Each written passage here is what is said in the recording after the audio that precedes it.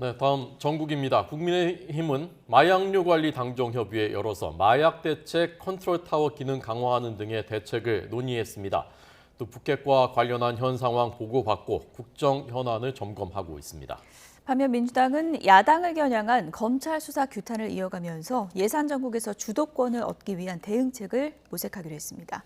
국회 취재기자 연결돼 있습니다. 박기환 기자. 네, 국회입니다. 네, 마약류 관련 당정 협의가 있었는데 어떤 내용이 나왔습니까? 네, 먼저 최근 크게 늘어난 마약류 범죄와 관련해 당정은 단속 예방 대책을 발표했습니다. 먼저 국민의힘은 국무조정실장이 주도하는 마약대책 협의회를 구성해 컨트롤 타워 기능을 강화하기로 했습니다. 이어 범정부 마약범죄 특별수사팀을 설치하고 밀반입과 불법 유통, 공급 사범에 대해선 구속 수사 등 엄정 대응할 것을 정부에 주문했습니다. 또 펜타닐 등 의료용 마약류의 경우 처방 시 이력 확인 절차를 의무화하는 등 오남용 방지 대책도 논의됐습니다. 이어 국민의힘은 북핵위기 대응 특별위원회도 진행하고 있는데요. 국방부 장관 등 안보 관련 핵심 당국자들이 나와 북핵 관련 현 상황에 대한 보고가 이뤄지고 있습니다.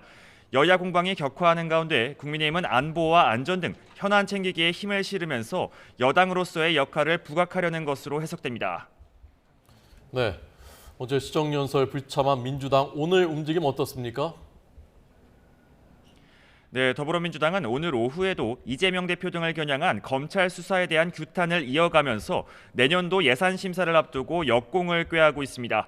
먼저 오후 2시부터 국회에서 민주당 소속 의원들은 물론 원외 지역위원장과 당직자들까지 한자리에 모여 민생 파탄 검찰 독재 규탄 대회를 열고 어제에 이어 장외투쟁을 이어갈 예정입니다.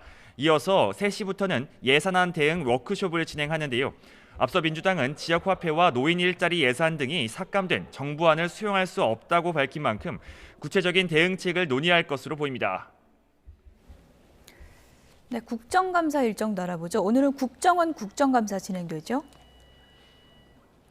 네, 그렇습니다. 국회 정보위원회는 잠시 뒤 10시부터 국가정보원에서 국정감사를 진행합니다. 여야는 최근 수사가 진행되는 서해 공무원 피격 사건과 탈북어민 강제 북송 사건 등 처리 과정을 두고 치열한 공방을 벌일 것으로 보입니다. 특히 서훈, 박지원 전 국정원장이 각각 검찰 수사를 받고 있는 만큼 당시 지시 보고 여부 등이 쟁점이 될 것으로 보입니다. 여기에 최근 무력 도발 수위를 높인 북한의 동향과 추가 핵실험 등에 대한 질의도 이어질 것으로 보여 관심을 끌고 있습니다. 지금까지 국회에서 YTN 박견입니다.